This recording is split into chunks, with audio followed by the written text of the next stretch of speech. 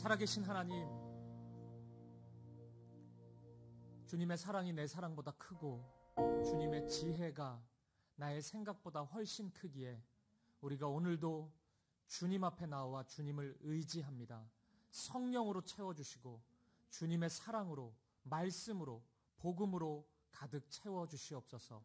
주님 보시기에 합당치 못한 어리석은 마음과 생각들, 죄악들이 있다면 모두 태워주시고 내어놓게 하시고 오직 하나님의 말씀으로 충만하여 하나님이 기뻐하시는 삶을 살아가는 우리가 되게 하여 주시옵소서. 하나님, 우리가 마땅히 하나님을 의지하여 기도해야 될 것들이 참 많이 있는데 우리는 너무나 무지하여 기도해야 할 순간에 기도해야 할 내용도 알지 못한 채 침묵하고 있는 우리들입니다. 성령님, 이 밤에 오셔서 우리가 마땅히 간구해야 될 것들을 믿음 안에서 하나님 사랑 안에서 구하는 시간이 되게 하여 주시옵소서. 응답하시고 역사하시는 하나님의 능력을 경험하는 이 밤이 되게 하여 주시옵소서. 성령님, 우리 가운데 임재하셔서 이 예배를 인도하시고 친히 말씀하여 주시고 홀로 영광받아 주시옵소서. 그렇게 함께 하실 주님을 찬양합니다. 감사드리며 살아계신 예수 그리스도 이름으로 기도합니다. 아멘.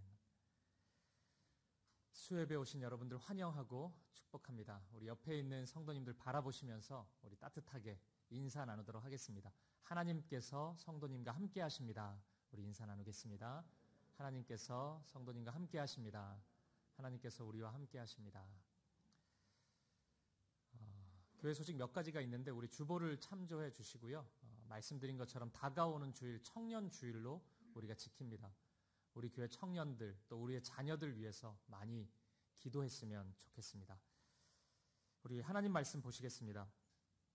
오늘 이 밤에 우리에게 주신 하나님의 말씀은 사도행전 10장 44절부터 48절까지 말씀입니다. 사도행전 10장 44절부터 48절까지 말씀입니다. 우리 한 절씩 교독하도록 하겠습니다. 제가 먼저 44절 말씀을 읽겠습니다. 베드로가 이 말을 할 때 성령이 말씀 듣는 모든 사람에게 내려오시니 베드로와 함께 온 할례를 받은 신자들이 이방인들에게도 성령 부어 주심으로 말미암아 놀라니 이는 방언을 말하며 하나님 높임을 들음이로라. 이에 베드로가 이르되 이 사람들이 우리와 같이 성령을 받았으니 누가 능히 물로 세례를 베품을 금하리요 하고 함께 읽습니다. 명하여 예수 그리스도의 이름으로 세례를 베풀라 하니라. 그들이 베드로에게 며칠 더 머물기를 청하니라. 아멘. 오늘은 성령을 받는 자의 마음자리라는 제목으로 하나님 말씀 나누도록 하겠습니다. 우리가 수요 예배 때마다 나누고 있는 이 성경의 제목은 사도행전이죠. 그런데 만약 저에게 이 사도행전 이름 말고 다른 이름을 붙여보면 어떻겠냐 그렇게 제안한다면 저는 두 가지 이름을 붙여볼 것 같아요. 하나는 꿈의 행전이고 또 하나는 성령 행전입니다. 제가 사도행전을 꿈의 행전이라고 부르고 싶은 이유는 이 사도행전 전체에 예수님의 꿈으로 가득 채워져 있기 때문입니다. 사도행전의 뼈대가 되는 구절은 단연코 사도행전 1 전파되었던 것입니다. 그렇게 흥황에 가던 예루살렘 교회는 갑작스러운 핍박을 마주하게 됩니다. 그리고 그 핍박으로 인해서, 고난으로 인해서 예루살렘 초대교회는 흩어지게 됨을 경험하게 되는데 성도들이 간 곳이 하필 사마리아였습니다. 그리고 사마리아에서 증인의 삶을 살기를 시작하게 됩니다. 이제 하나 남았잖아요. 땅 끝이 남았습니다. 땅 끝. 이것이 가장 큰 초대교회에 있어서는 넘어야 될 산입니다. 이 지점에서 하나님은 베드로를 사용하십니다. 하나님을 향한 신실한 믿음을 가진 고넬료라는 이방인을 만나게 함으로써 베드로와 같은 유대인들, 초대교회 성도들이 가지고 있었던 편견과 선입견을 한순간에 무너뜨리십니다. 이제 드디어 땅끝을 향한 꿈, 열방을 향한 꿈을 초대교회를 통해서 하나님이 이루어 가신 것입니다. 이 모든 것을 주도하신 분이 누구시라고요? 하나님, 성령 하나님이 이 일을 이루셨습니다. 사도행전 1장 8절은 분명히 말씀하고 있지 않습니까? 오직 성령이 너희에게 임하시면, 오직 성령이 너희에게 임하시면 이런 일이 일어난 것입니다. 그렇기 때문에 사도행전은 꿈의 행전인 동시에 성령 행전인 것입니다. 성령께서 이 모든 한계를 뛰어넘어서 당신의 일을, 우리 예수님의 꿈을 이루어 가시기 때문입니다. 사랑하는 여러분, 성령이 우리에게 임하시면 모든 한계를 뛰어넘습니다. 우리 안에 예루살렘의 한계가 있죠. 유대의 한계가 있죠. 나랑 가장 가까이 있는 사람들이 나의 연약함을 다 지켜봤기 때문에 그들에게 복음을 전하는 것은 우리에게 넘어야 될 큰 산이죠. 성령이 우리에게 임하시면 그들에게 복음을 전파할 수 있습니다. 사마리아와 같은 내가 미워하는 대상, 무시했던 대상, 당시 유대인들은 사마리아 정말 하찮게 여겼거든요. 복음이 전파되지 않아야 된다고 무시했던 그 대상, 성령이 우리에게 임하시면 그들에게 복음을 전파할 수 있는 것입니다. 그리고 땅끝이라는 편견과 선입견에 사로잡혀 있는 그 대상들, 성령이 우리에게 임하시면 그들에게까지 복음이 전파될 수 있는 것입니다. 우리 성령께서는 한계가 없는 영이십니다. 성령의 능력은 모든 담을 무너뜨리는 능력으로 우리에게 역사하십니다. 오늘 이 밤에 이런저런 한계와 그 상황의 벽 때문에 절망을 경험하고 있는 분들이 있다면 오늘 이 밤 성령을 간절히 사모하십시오. 성령이 우리에게 임하신다면, 성령이 우리 가운데 충만히 역사하신다면 우리의 모든 상황과 한계를 뛰어넘어서 능력의 영이신 성령이 역사하는 일들을 우리가 경험하게 될 것입니다. 그 일이 저와 여러분의 삶 가운데 나타나기를 간절히 축복합니다. 그런데 지금까지 이제 수요 예배마다 제가 이 사도행전을 설교해오고 있는데 저에게 있어서 신학적으로 중요한 구절 말고 그냥 지금까지 설교를 하면서 가장 기억에 남는 구절 하나가 무엇이냐고 묻는다면, 물론 사도행전 1장 8절이 중요한 구절이긴 하지만 저는 사도행전 6장 4절이 가장 기억에 남는다고 고백하고 싶습니다. 정말 제 마음에 많이 남는 구절입니다. 같이 한번 읽어보죠. 사도행전 6장 4절입니다. 시작. 우리는 오로지 기도하는 일과 말씀 사역에 힘쓰리라 하니. 아멘. 초대교회에 성령의 역사를 가로막는 강력한 도전이 한 가지 찾아왔습니다. 이 성도들의 분열입니다. 어느 순간 서로를 원망하고 미워하는 마음이 초대교회 성도들의 마음이 찾아오기 시작했습니다. 어느덧 교회는 두 파로 나뉘게 되었고 진흙탕 싸움이 시작되기 일보 직전입니다. 서로를 향한 원망하는 마음이 점점 커져만 가고 있었습니다. 그런데 이때 사도들, 제자들이 보여주었던 반응은 굉장히 뜻밖이에요. 양쪽이 싸우려고 하니까 얘기를 쭉 들어보고 더 합리적인 편에 서서 편을 좀 들어주고, 그렇지 못한 사람들 책망을 한다든지 아니면 이쪽 저쪽 만나보면서 좀 마음을 달래주고 약간 상대편에 대한 디스도 좀 하면서 그냥 마음을 좀 뜨거운 마음을 식혀주고 이런 것이 합리적인 프로세스 같은데 사도들은 전혀 그런 행동을 하지 않습니다. 그 어떤 인간적인 설득도 하지 않습니다. 다만 오로지 기도하는 일과 말씀 사역에 힘쓰겠다, 이렇게 결단하고 선언합니다. 이게 인간적인 시각으로 볼 때는 굉장히 뜬금없습니다. 아니 이런 상황에 모든 걸 다 기도라고 한다면은, 정답을 기도라고 찾는다면 그게 신앙적으로 틀린 말은 아니지만 이게 그 당사자들이 굉장히 그 분노와 원망의 마음이 차고 있을 때 이런 대안이 나온다는 것은 굉장히 뜬금없게 다가올 수가 있죠. 하지만 사도들은 이것 외에 다른 것 하지 않기로 결정합니다. 기도하는 일과 말씀 사역에 힘쓰겠다, 이것밖에 없습니다.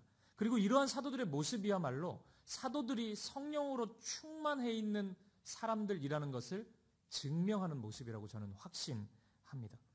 사도행전이 말씀하는 성령의 사람의 특징이 있습니다. 그것은 언제나 그들 가운데 기도하는 모습이 나타났다는 것과 언제나 말씀에 사로잡혀 있다는 것입니다. 이 두 가지가 사도행전이 말씀하고 있는, 소개하고 있는 성령의 사람의 특징입니다. 그리고 이 둘이 바로 제가 오늘 이 밤에 여러분과 나누고 싶은, 이 말씀 속에서 나누고 싶은 이 설교의 주제라고 할 수 있습니다. 오늘 본문의 시작인 44절 말씀을 다시 한번 읽어보도록 하겠습니다. 시작. 베드로가 이 말을 할 때 성령이 말씀 듣는 모든 사람에게 내려오시니. 아멘. 오늘 말씀은 분명히 성령께서 말씀 듣는 모든 사람에게 임하셨다, 내려오셨다, 이렇게 말씀하고 있습니다. 성령과 말씀 사이에 분명한 상관관계가 있다는 것입니다. 흔히들 성령과 말씀을 별개의 능력, 별개의 사역으로 생각하는 분들이 많이 있습니다.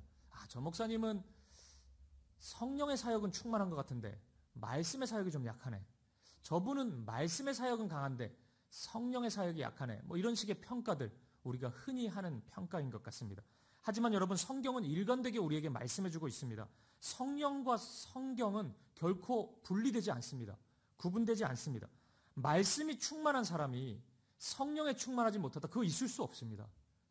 만약 그런 모습이 우리에게 포착된다면 실은 그가 말씀에 충만하지 않은 것이겠죠. 말씀을 많이 알 뿐 말씀에 충만하지는 않은 것이겠죠. 만약 어떤 사람이 성령에 충만한 것 같은데 말씀이 매우 희미하거나 약하다면 그것은 어쩌면 성령에 충만하지 않은 것일 뿐, 성령 충만한데 말씀이 약하고 이런 것은 있을 수 없습니다. 이 둘은 항상 함께 역사하기 때문입니다. 요한복음 1장을 보면 태초에 말씀이 계셨는데 그 말씀이 육신이 되어 이 땅에 오신 분이 바로 예수님이십니다. 예수님은 곧 말씀이십니다. 그리고 성령은 어떤 영입니다? 어떤 영입니까? 예수님을 증언하는 영입니다. 예수님의 십자가 복음을 우리에게 설명하고 증거해주는 영으로 오신 예수님이십니다. 그런데 예수님의 복음이 전파되고 증거되는 그 사역 속에서 말씀이 없고 성령이 없고 어떤 거 하나만 있고 이게 가능하겠습니까? 그렇지 않습니다. 성령은 언제나 말씀과 함께 역사합니다. 예수님이 부활하신 후에 50일이 지나서 예수님의 제자들은 최초로 성령의 충만함을 경험하죠. 그것이 사도행전 2장에 있는 말씀입니다. 이 50일이 중요해요. 이 50일은 두 시점으로 나눌 수 있지 않습니까? 첫 며칠이죠? 40일, 두 번째 10일로 나눌 수 있습니다. 첫 40일 동안 예수님의 제자들은 뭐 했습니까?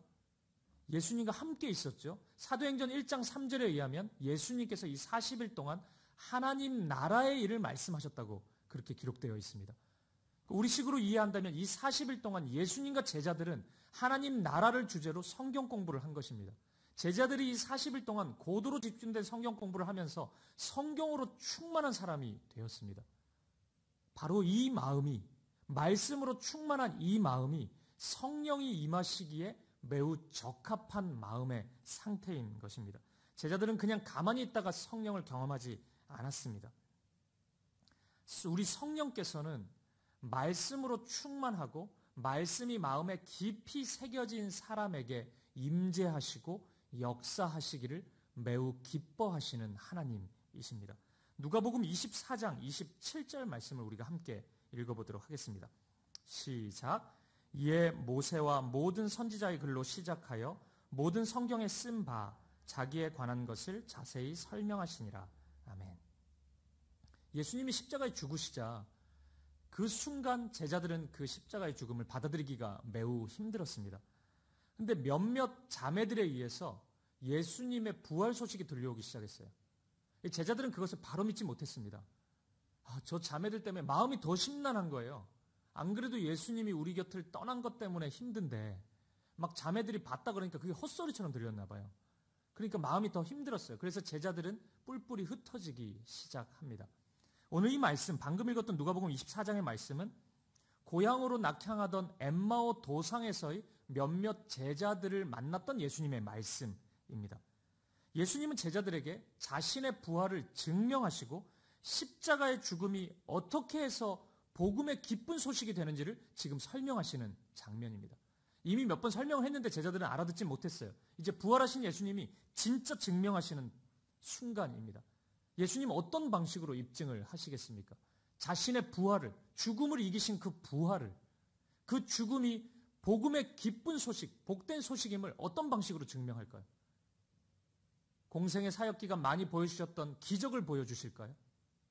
공중부양 이런 거 해가지고 내가 살아났다, 내가 이런 능력의 하나님의 아들이다 이런 걸 보여주셨을까요? 그런 거 하지 않습니다. 오늘 방금 읽었던 누가복음 24장 27절 말씀에 의하면 성경에 쓴 바 자기에 관한 것을 자세히 설명하시니라. 성경을 설명하는 방식, 설교하는 방식, 제자들이 예수님을 통해서 성경 말씀을 듣는 방식을 통해서 십자가와 부활을 증명하셨습니다. 예수님은 그 방법을 택하시는 거예요. 그러자 어떤 일이 일어났습니까? 누가복음 24장 32절 말씀을 보십시오.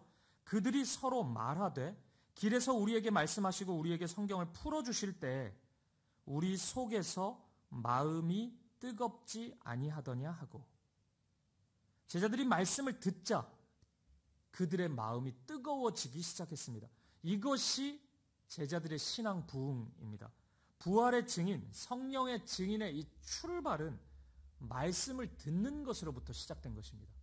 말씀을 듣고 마음이 뜨거워졌고, 그리고 말씀과 함께하는 40일을 보냈습니다. 제자들은 성령을 받기 전, 성령이 임재하기 전 그 마음의 준비를 하고 있었던 것입니다. 사랑하는 여러분, 여러분은 이런 말씀을 통한 부흥의 경험이 있으십니까? 말씀을 들을 때 내 마음이 뜨거워지지 않았냐? 이런 고백을 여러분들은 드린 적이 있습니까? 말씀을 듣고 읽고 쓰고 이런 모든 일들에 대해서 여러분들은 감격해하고 감사해하고 있습니까? 오늘 수요예배 오신 분들에게 미리 11월에 있을 은혜의 시간을 제가 예고해 드리도록 하겠습니다. 우리 11월에 우리 사김의 교회는 성경 한 권을 정해서 아주 집요하게 이 말씀을 읽고 듣고 쓰고 심지어는 외우기까지 할 계획입니다. 두려워하지 마십시오. 매우 은혜로운 시간이 될 것입니다. 말씀을 가까이 하는 것을 통해서 기대하는 바가 있어요. 바로 오늘 본문의 말씀입니다. 44절의 말씀. 성령이 말씀 듣는 모든 사람에게 내려오시니, 바로 이것을 꿈꾸고 있습니다. 이 역사를 우리가 함께 꿈꿀 수 있기를 바랍니다. 오늘 이 밤이 이 11월에 있을 그 은혜의 충만함을 시작하는, 예비하는 밤이 되었으면 좋겠습니다. 우리 사김의 교회 안에 말씀을 통해서 성령의 임재를 경험하고 성령께서 역사하시는 그 능력을 경험하는 은혜가 가득 넘치기를 주님의 이름으로 간절히 축복합니다. 그런데 여러분, 잠시 우리가 방금 보았던 이 본문 44절에 말씀 듣는 모든 사람에게, 이 표현에서 말씀을 듣는다, 이 듣는의 의미를 잠시 설명해 드리고 싶습니다. 여러분, 이 듣는 의미가 그냥 단순하게 말씀을 청취하는 의미이겠습니까? 그러니까 아무 생각 없이 그냥 말씀을 듣는 거예요. 저 설교를 듣는데 무슨 말인지 하나도 기억이 남지 않아요. 왜냐하면 저는 딴 생각했기 때문이에요. 뭐 이렇게 들었다고 한다면 그게 오늘 이 말씀에 듣는다는 의미일까요?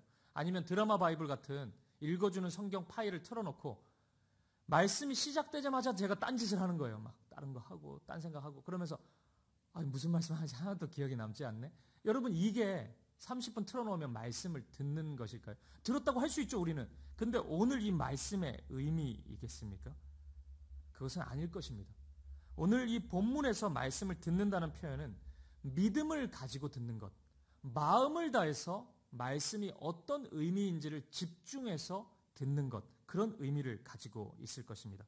고린도후서 2장 16절, 17절 말씀을, 우리 두 절 말씀을 같이 한번 읽어보도록 하겠습니다. 시작. 이 사람에게는 사망으로부터 사망에 이르는 냄새요, 저 사람에게는 생명으로부터 생명에 이르는 냄새라. 누가 이 일을 감당하리요? 우리는 수많은 사람들처럼 하나님의 말씀을 혼잡하게 하지 아니하고 곧 순전함으로 하나님께 받은 것 같이 하나님 앞에서와 그리스도 안에서 말하노라. 아멘. 이 말씀 보면 참 이상하죠. 똑같은 말씀을 들었는데 누군가에게는 생명에 이르는 말씀이 되고 누군가에게는 사망에 이르는 말씀이 되고 말았습니다. 저는 이 말씀 안에서 두 가지 면을 생각해 볼 수 있을 것 같아요. 첫 번째는 듣는 자의 마음, 그리고 듣는 자의 마음 자세, 태도입니다. 성경의 메시지가 온전히 선포된다 할지라도, 그리고 말씀 그대로가 나에게 들려진다 할지라도 듣는 자의 그 마음 자리가 준비되지 않는다면 그 말씀은 힘을 잃을 수밖에 없다는 것입니다. 믿음으로 말씀을 받지 않으면 그 말씀은 아무 의미가 없을 수 있습니다. 믿음으로 말씀을 받는 것, 그것이 정말 중요합니다. 그리고 두 번째, 듣는 자의 마음 그리고 태도 못지않게 전하는 자의 마음과 태도가 중요하다는 것입니다. 어쩌면 이것이 더 중요할 수도 있겠습니다. 이 17절 말씀에서 수많은 사람들처럼 하나님의 말씀을 혼잡하게 하지 아니했다. 여기서 이 혼잡하게 한다는 의미는 시장에서 싸구려 물건이나 짝퉁 물건을 팔 때의 그런 마음, 그런 행동을 의미하는 단어입니다. 말씀을 전하는 자가 말씀에 대해서 이런 태도를 가지기 시작하면 말씀은 힘을 이룰 수밖에 없을 것입니다.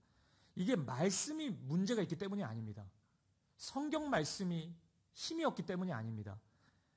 전하는 도구가 정당하지 못하면 얼마든지 그런 식으로 말씀이 취급당할 수 있다는 것입니다. 우리가 금은 보화가 있는데, 너무 귀한 보화가 있는데 그 보화를 매우 지저분하고 깨지고 냄새나는 그릇에 담아버린다면은 그 안에 보화가 있다고 누가 믿겠습니까? 보면 믿을 수 있지만 그 그릇 앞까지 누가 다가오겠냐고요. 말씀을 전하는 자가 그렇게 중요한 것이죠. 말씀을 다루는 자가 정말 중요한 것입니다. 그렇다면 오늘 이 밤에 우리가 이 주제를 가지고 기도해야 될 기도의 제목은 너무나 분명할 것 같습니다. 저는 이런 기도 제목을 나누고 싶습니다. 첫 번째, 말씀을 들을 수 있는 상황과 환경을 허락해 주신 하나님께 감사하는 것이 우리의 기도의 첫 번째가 되어야 하겠습니다. 말씀을 가까이서 들을 수 있다는 것, 그리고 말씀을 읽을 수 있는 것, 말씀을 온전히 내가 내 귀로 내 마음에 받아들일 수 있다는 것은 그 어떤 복보다 크고 아름다운 축복이라는 사실을 우리는 기억해야 됩니다. 오늘도 수많은 이들이 말씀을 들을 기회를 얻지 못한 채 살아가고 있습니다. 그런데 우리는 너무나 많은 말씀 앞에 노출되어 있지 않습니까? 그것에 감격해야 하고 감사할 수 있어야 합니다. 그 어떤 일들이 나에게 일어나는 것보다 말씀이 내게 주어졌다는 것, 내가 말씀을 소유하고 있고 이 말씀을 읽을 수 있고 말씀을 들을 수 있다는 것에 감사할 수 있는 저와 여러분 되시기를 간절히 소망합니다. 그리고 두 번째, 말씀을 주신 하나님께 감사하는 것과 더불어서 우리의 마음이 말씀을 듣는 자의 합당한 마음이 되도록, 마음 자리가 되도록 하나님께 간절히 기도해야겠습니다. 우리가 2주 전에 살펴본 고넬료 베드로 이야기 기억하시죠? 같은 본문이죠. 10장 33절에 보면 고넬료가 베드로 앞에서 이런 고백을 합니다. 우리가 다 하나님 앞에 있나이다. 우리가 다 하나님 앞에 있나이다. 이것이 말씀 듣는 자의 마음이고 자세라고 할 수 있습니다. 말씀을 들을 때마다 나에게 주신 말씀으로 받는 것. 이 말씀이 오늘 이 밤에 바로 나에게 허락해 주시는 하나님의 말씀이구나. 그 마음으로 말씀 앞에 서는 것. 그리고 말씀 하나하나와 내 마음과 내 삶을 화합시키는 것. 하나 되게 하는 것. 이 말씀이 그냥 하나님의 입에서 나오는 말씀으로 끝나는 것이 아니라 내 삶이 되도록 하나 되는 것. 말씀이 내 마음과 내 삶에 하나하나 밑줄을 그을 수 있도록 내 마음을 하나님 앞에 드리는 것. 이것이 정말 중요합니다. 출애굽한 이스라엘 백성들 가운데 약속의 땅인 가나안 땅에 입성한 사람은 단 두 사람입니다. 여호수아와 갈렙뿐입니다. 왜 그렇습니까? 이스라엘 백성 출애굽 1세대 가운데 말씀이 없었습니까? 하나님이 말씀을 이스라엘 백성들에게 주시지 않았습니까? 주셨습니다. 그들이 말씀을 듣지 못했습니까? 들었습니다. 모든 이스라엘 백성들 1세대 사람들 다 들었습니다. 그런데 왜 이 두 사람만 약속의 땅에 들어갈 수 있었습니까? 그들은 그 말씀을 신뢰하지 않았습니다. 믿음으로 받지 않았기 때문입니다. 말씀에 대해서 불신했기 때문입니다. 오늘 우리의 기도 제목이 여기에 있는 것입니다. 말씀을 온전히 신뢰할 수 있도록 그 믿음을 우리는 강구해야 되는 것입니다. 믿음으로 말씀 앞에 설 때, 우리가 믿음으로 말씀을 들을 때 성령님은 우리 마음에 좌정하셔서 당신의 그 능력의 충만함을 온전히 역사로 이루어 가시고 하나님의 뜻을 우리에게 밝히 드러내 주실 것입니다. 그리고 세 번째 우리의 기도 제목이 있습니다. 말씀을 전하는 자를 위한 기도가 우리에게는 간절합니다. 가장 슬픈 예배의 모습이 말씀을 듣는 자의 마음 자리는 잘 준비가 되어 있는데 말씀을 전하는 자의 마음과 태도가 옳지 않을 때입니다. 이 순간이 가장 가슴 아프고 비참한 상황이라고 할 수 있겠습니다. 그리고 저 같은 목사가 가장 두려워하는 장면입니다. 모두가 말씀을 갈급해 하는데 제 입에서 저의 마음과 삶에서 말씀이 온전히 드러나지 못할 때, 선포되지 못할 때, 이것만큼 비참하고 이건 개인적인 비참함이 아니죠. 이 교회, 주님의 몸인 공동체, 이것만큼 비참하고 어두운 일이 어디 있겠습니까? 이런 면에서 말씀을 혼잡하게 하지 않고 말씀을 있는 그대로 순전한 믿음으로 믿고 그 말씀을 온전히 선포할 수 있는 사역자가 정말 소중합니다. 그런 사역자들을 위해서 기도해 주셔야 합니다. 저를 위해서도 기도해 주시고 우리 사김의 교회 모든 사역자들을 위해서 기도해 주십시오. 그리고 말씀을 맡고 말씀을 다루고 있는 우리 순장님들과 주일학교 교사 선생님들을 위해서도 기도해 주셔야 됩니다. 우리 어린아이에게 말씀을 짧게 전한다 해서 그것이 영향력이 적은 것이 아닙니다. 말씀을 온전히 맡은 자가 그 말씀대로 확신 있게 증인으로서 전하는 것만큼 능력이 나타나는 일은 없습니다. 우리가 그 일을 위해서 기도한다면 우리 교회가 성령이 역사하시는 교회가 될 것입니다. 사랑하는 여러분, 세 가지 기도 제목을 부탁드렸어요. 우리가 왜 이렇게 기도해야 된다고요? 이 마음을 준비할 때 성령께서 이러한 마음 가운데 거하시고 역사하시기를 기뻐하시기 때문입니다.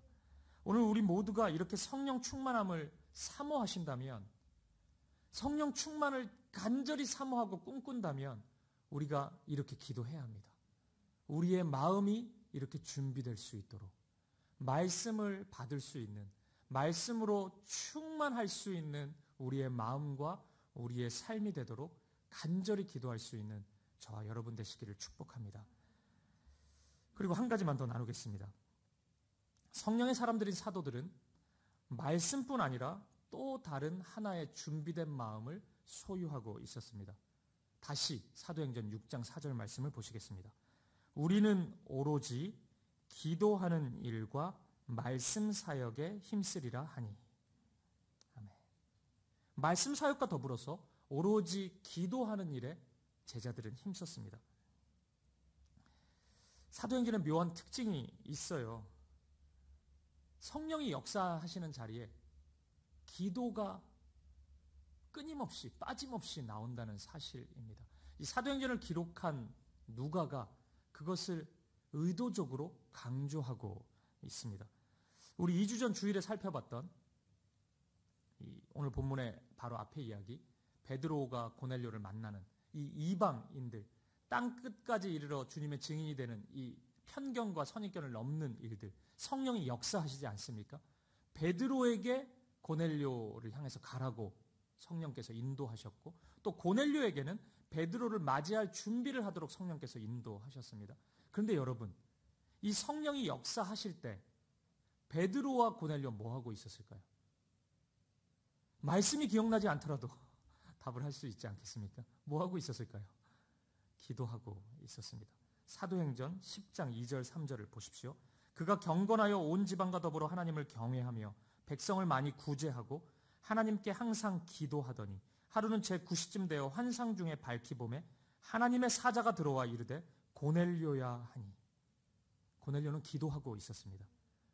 그것도 평상시에 한 번도 하지 않다가 갑자기 뜬금없이 너무 어색하게 기도 한 번 하고 있다가 성령님이 말씀하신 게 아니고 항상 기도하고 있었습니다.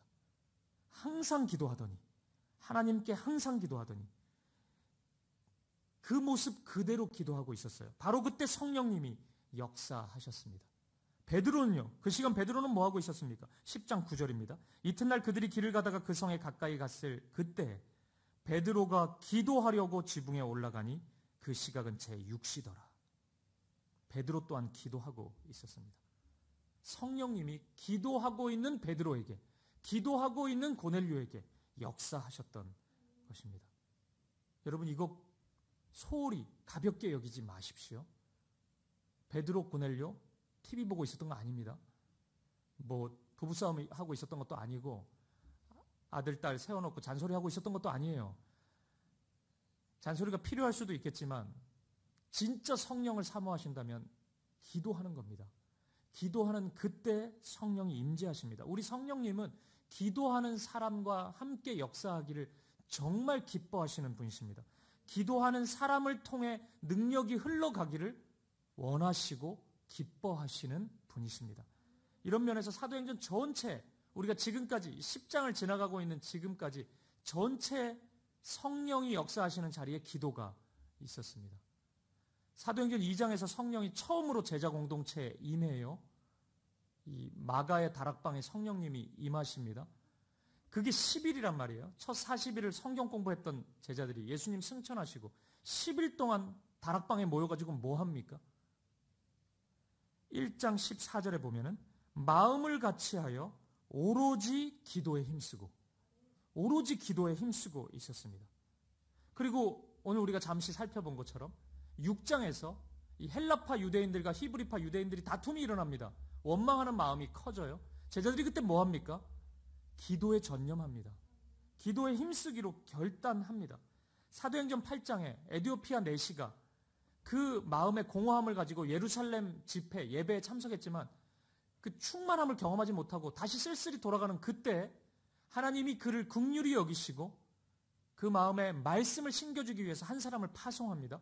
빌립입니다. 빌립 집사님을 이 사람한테 파송해요. 이 파송을 할 때 빌립 뭐하고 있었는지 아십니까? 기도하고 있었습니다. 빌립 출동하라 그 음성을 기도하는 중에 들었다고요.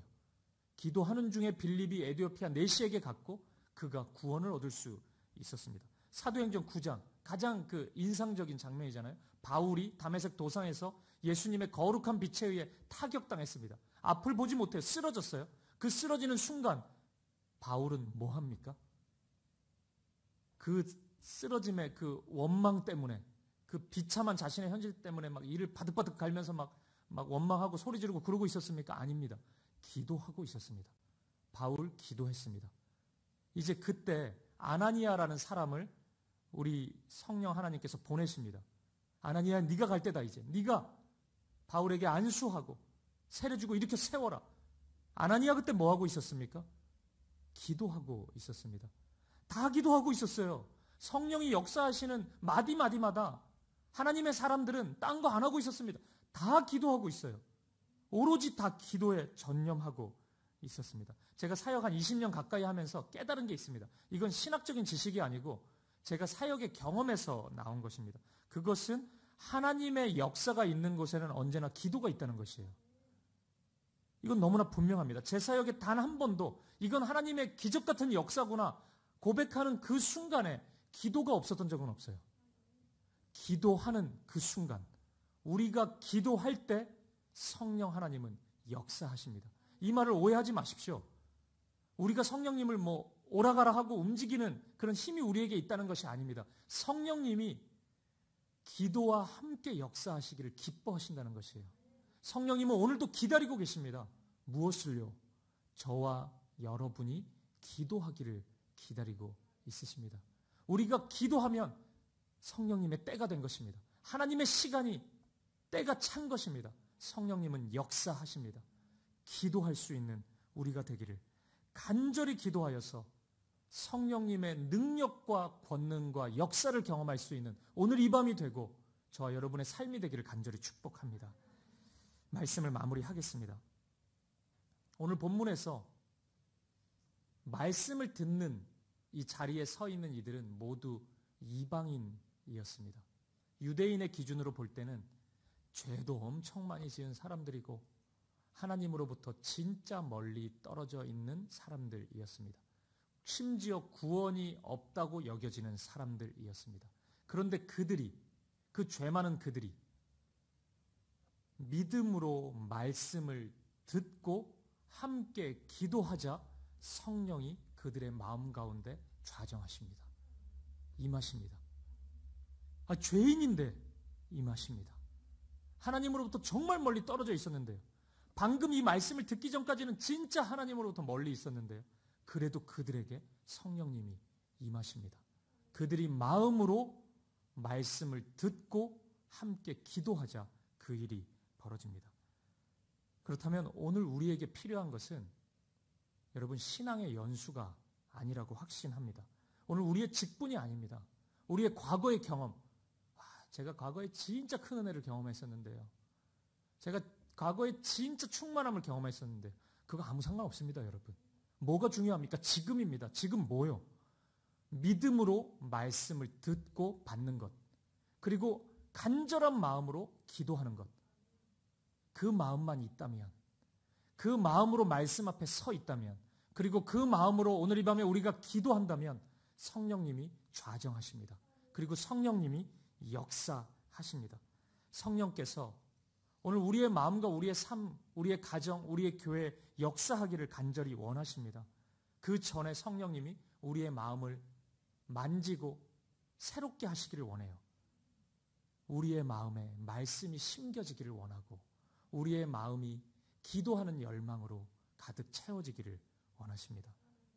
그래서 성령이 말씀 듣는 모든 사람에게 내려오시니, 성령이 말씀 듣는 모든 사람에게 내려오시니, 저는 오늘 이 말씀이 오늘 우리에게 그대로 적용되어서 성령이 말씀을 듣는, 믿음으로 말씀을 듣는 저와 여러분의 마음에 내려오시고 성령님이 믿음으로 말씀을 듣고 기도하는 우리 사김의 교회 충만히 임재하시고 성령님이 믿음으로 말씀을 듣고 기도하는 저와 여러분의 가정과 삶에 충만히 임재하시고 역사하시는 오늘 이 말씀이, 이 말씀의 성취가 저와 여러분의 마음과 가정과 삶 그리고 우리 교회에 고스란히 적용되고 성취될 수 있기를 우리 주님의 이름으로 간절히 축복합니다.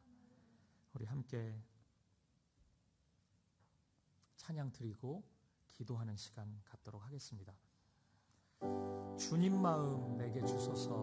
우리 이 찬양을 드리고 싶은데요. 우리의 마음이 하나님의 말씀으로 가득 채워진다면, 그리고 말씀을 사모하는 믿음으로 충만하다면, 그리고 기도한다는 것은 하나님을 전적으로 의지하고 하나님을 구한다는 거잖아요. 하나님을 바라는 거죠. 우리가 그 기다림과 소망으로 가득하다면 얼마나 좋을까요? 이게 하나님의 일하심의 공식이 완성된 것 같아요. 사도행전 10장까지 와 보니까 단 한 번도 성령님이 말씀이 없는 자리에, 기도하지 않는 자리에 역사하시지 않습니다. 이 정도면 우리 깨달아야 되지 않습니까? 우리가 사도행전을 지금 수개월 동안 우리가 묵상하고 있는데 우리가 이 정도면 성령님이 우리에게 원하시는 것이 무엇인지 너무나 선명하지 않습니까? 믿음으로 말씀을 받아야 되는 것이에요. 믿음으로 받지 않으면 의심이 생기죠. 여러분, 믿지 못하는데 말씀을 뭐 하려고 듣고 읽고 있습니까? 둘 중에 하나, 이 기로 앞에 오늘 이 밤에 우리가 서야 됩니다. 말씀을 믿고 우리가 믿음으로 그대로 나아가든지 아니면 말씀을 내려놓는 것입니다. 여러분, 무엇을 선택하겠습니까? 그 마음을 받는 것이에요. 믿음으로 받는 것입니다. 그리고 기도하는 것입니다. 성령님이 임재하셔서 역사하실 것입니다. 우리의 마음과 가정과 삶 가운데 놀라운 능력으로, 우리가 성령의 능력을 이미 보았지 않습니까? 예루살렘과 온 유대와 사마리아와 땅끝까지 이르러 증인이 되게 하십니다. 모든 상황과 한계를 뛰어넘어 버리십니다. 내가 안 된다고 하는 그 모든 것도 성령님은 단 한 번에 이루어 주셨어요. 사람이 할 수 없습니다. 하지만 성령 하나님은 하십니다. 하나님이 하신다 결정하시면 그 일이 이루어집니다. 오늘 우리가 맡겨드리는 것입니다. 우리가 이 찬양을 기도하는 마음으로 드리고 우리 함께 이어서 기도하겠습니다. 고백하겠습니다. 보소서 주님 나의 마음이, 보소서 주님 나의 마음을, 선한 것 하나 없습니다. 그러나 내 모든 것 주께 사랑으로 안으시고 날 새롭게 하소서. 다시 한번 고백합시다. 보소서. 주님 나의 마음을 선한 것 하나 없습니다. 그러나 내 모든 것 주께 드립니다. 사랑으로 안으시고 날 새롭게 하소서. 주님 마음 내게 주소서. 주님 마음 내게 주소서. 내 아버지 주님 마음 내게 주소서. 나를 향하신 주님의 뜻이 이루어지도록 주님 마음 내게 주소서. 주님 마음 내게 주소서. 주님 마음 내게 주소서. 내 아버지 주님 마음 내게 주소서. 나를 향하신 주님의 뜻이 이루어지도록 주님 마음 내게 주소서. 내게 사랑을 가르치소서. 내게 사랑을 가르치소서. 당신의 마음으로 당신의 마음 용서하게 하소서. 용서하게 하소서. 주님의 성령 내게 채우사. 주의 성령 내게 채우사. 주의 길 가게 하소서. 주님 당신 마음 주소서. 주님 마음 내게 주소서. 주님 마음 내게 주소서.